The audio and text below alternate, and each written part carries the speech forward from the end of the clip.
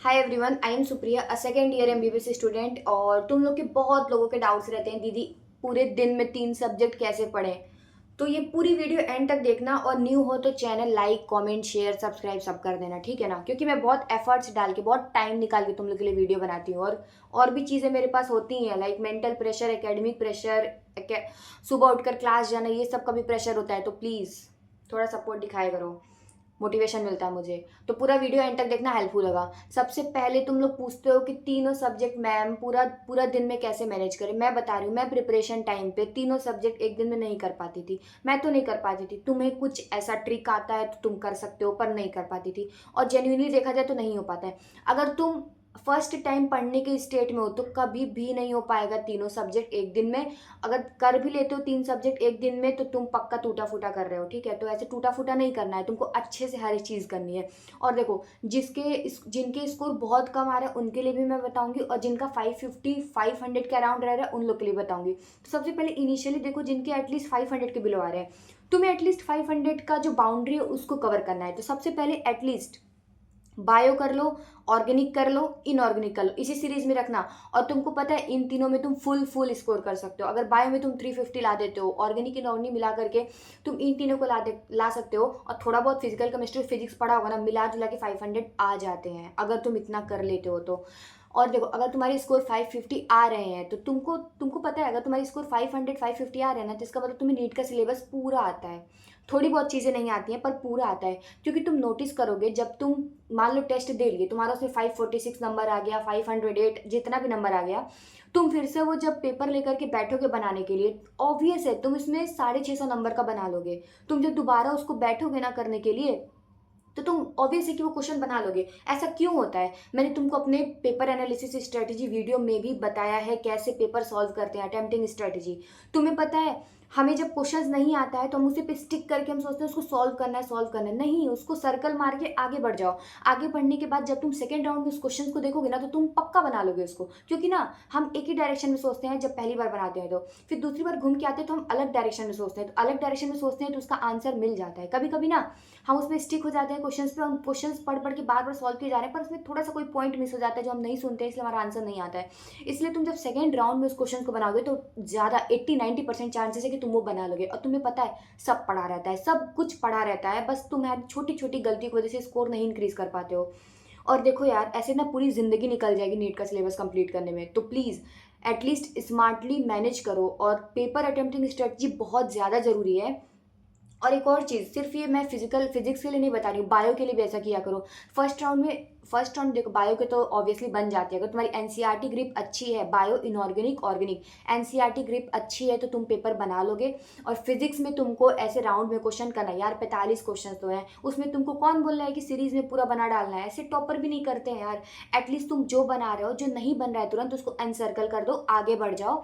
उसके बाद तुम आगे का अटेम्प्ट करो, उसके बाद सेकंड राउंड में उसको देखो, फिर थर्ड राउंड में देखो। और ये सब करने के लिए ना तुम्हें उतने ही मिनट्स में करना है, ऐसा नहीं है कि तुम 3-4 घंटे तक फिजिक्स सॉल्व कर रहे हो।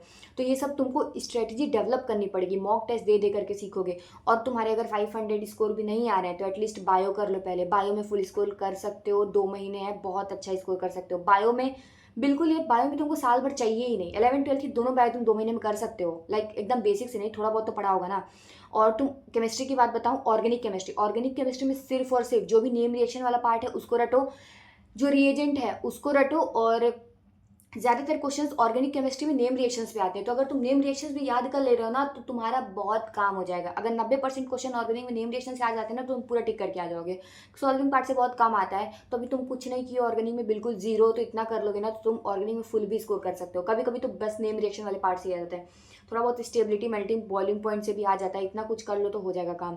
इनऑर्गेनिक में एनसीईआरटी पढ़ो। एनसीईआरटी तुमको एक बार में नहीं समझ में आएगा, तुम केमिकल बॉन्डिंग वगैरह का जो भी है, तुम प्लीज़ उसका एक बार वन शॉट लेक्चर देख लेना, ताकि एटलीस्ट प्रीवियस ईयर क्वेश्चंस बन जाए। प्रीवियस ईयर क्वेश्चंस अगर तुम्हारे बन जा रहे हैं तो बहुत अच्छी बात है, काफ़ी है, ठीक है। अभी के लिए मैं बता रही हूँ, ऐसा नहीं लॉन्ग रन वाले बच्चे ऐसे नहीं करेंगे, लॉन्ग रन वाले पूरा का पूरा मॉड्यूल सॉल्व करेंगे, सब कुछ सॉल्व करेंगे। अभी 25 एस्पिरेंट्स के लिए बता रही हूँ मैं। और एक और चीज़, तुम लोग बोलते हो 3 सब्जेक्ट को एक दिन में मैनेज करना, तो सबसे पहले सुबह के टाइम एटलीस्ट रटने वाली चीज़ें किया करो। बायो कर लो, ऑर्गेनिक कर लो, इनऑर्गेनिक कर लो, सुबह रटो रटो और कॉफ़ी पी लो। नींद बहुत जेन्युइन है, नींद आएगी पर कॉफ़ी पियो, क्योंकि तुम्हें अब मर मर के पढ़ना है यार। थोड़ा सा खुद को टॉर्चर करके पढ़ो, टॉर्चर करना ज़रूरी है इस टाइम पे। मतलब ब्रेन को नींद नहीं आ रही है तो ठीक है कॉफ़ी पी के पढ़ लो, तो थोड़ा बहुत ऐसे करो मैनेज, ठीक है।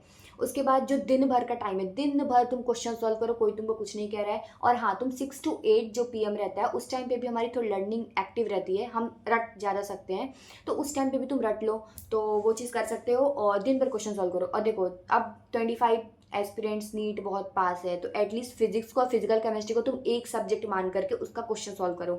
फिजिकल केमिस्ट्री में कोई चैप्टर अगर ऐसा है जो तुमने एक बार भी नहीं पढ़ा है, तो एटलीस्ट उसके प्रीवियस ईयर क्वेश्चंस कर लेना। और आयनिक अगर नहीं पढ़ा है तो प्लीज़ आयनिक का क्वेश्चन लेकर के भी मत बैठ जाना। अगर एक बार भी नहीं पढ़ा है तो आयनिक का चैप्टर मत लेके बैठ जाना, ठीक है, नहीं तो पूरा महीने आयनिक ही करते रह जाओगे। तो एटलीस्ट स्कोरिंग, हाँ सब कुछ कर लिया, सिर्फ आयनिक बचा है तो फिर कर लेना, लेकिन एटलीस्ट स्कोरिंग पार्ट को पहले करो। और देखो ना, तुम्हारे पास कम टाइम है, नंबर इकट्ठा करो। कहाँ से नंबर इकट्ठा कर सकते हो? बायो से। तुम दिमाग लगाओ, नंबर बढ़ाने हैं।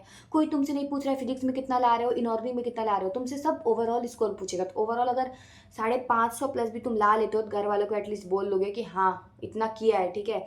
और देखो तुम्हारे अगर 550 आ रहे हैं और तुमको 650 प्लस जाना है, तो मॉक टेस्ट देना मत छोड़ना। यही स्टेज है 550 से जो 650 680 नंबर जो लाते हैं, ये यही स्टेज है। 700 जो भी स्कोर लाते हैं, ये तुम्हारा ये जो बैरियर है ना, वो तुम्हारा मॉक टेस्ट दे के ही सॉल्व होगा। तो इतना कर लियो ना, तो इसका मतलब तुम्हें बहुत कुछ आता है। तो प्लीज़ इसमें तुम पैनिक नहीं होना कि क्यों यहाँ पे स्टिक हो गया है number. Please daily mock test देखते रहो, तुम्हें सब कुछ आता है। आई नो अगर तुम 500 550 क्रॉस कर रहे हो ना, तो तुम्हें सब कुछ आता है, सब आता है।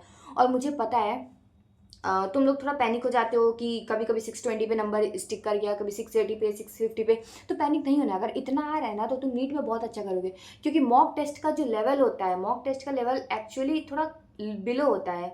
सॉरी, मॉक टेस्ट का थोड़ा लेवल हाई होता है और नीट का थोड़ा सा बिलो होता है। इतना नहीं, एवरेज देखा जाए तो नीट एवरेज ही पेपर होता है। बहुत इजी भी नहीं होता है, बहुत हार्ड भी नहीं होता है। क्योंकि अगर उन्होंने एक सब्जेक्ट टफ किया है तो थोड़ा 2 सब्जेक्ट में आसान किया होगा, ठीक है। कुछ कुछ ऐसे भी होता है कि एक सब्जेक्ट पूरा टफ कर दिया तो एक इतना आसान कर देगा कि सिर्फ तुमको देखते टिक करना है, ठीक है। तो ये सब चीज़ें ध्यान देना, वो मैंने बताया पेपर अटेम्प्टिंग स्ट्रेटेजी में। और अभी मॉक टेस्ट में अगर तुम्हारे स्कोर थोड़ा कम भी आ रहे हैं तो चिल रहो, उतना भी चिल मत रहना, ठीक है। मतलब पैनिक नहीं होना कि हाँ नीट में थोड़ा तुम एज थोड़ा इंक्रीज करोगे, तो इसलिए टेंशन नहीं लो। और एक दिन में 3 सब्जेक्ट मैनेज नहीं हो पा रहा है तो तुम उस पर पैनिक मत हो, क्योंकि मेरा भी नहीं मैनेज हो पाता था। ये स्टेज कब आती है? जब हम बहुत ज़्यादा पढ़ लेते हैं, तब वो स्टेज आती है कि हम एक दिन में पूरा नीट का सिलेबस रिवाइज कर लें। वो स्टेज आती है 1 महीने पहले, 1.5 महीने पहले ना, ऐसा लगने लगता है कि हाँ अब हमें सब कुछ आता है।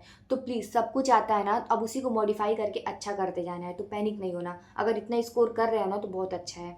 चलो ठीक है, और कोई डाउट होगा तो मुझे कमेंट्स में लिख देना, ठीक है। और हाँ कमेंट्स में लिख देना, और मैं उस पर जो भी रेलेवेंट लगेगा मैं वीडियो बना दूंगी। और भी कोई डाउट्स हो तो पूछ लेना। चलो ठीक है, बाय बाय, वीडियो एंड करते हैं। और प्लीज़ दिन भर पढ़ो।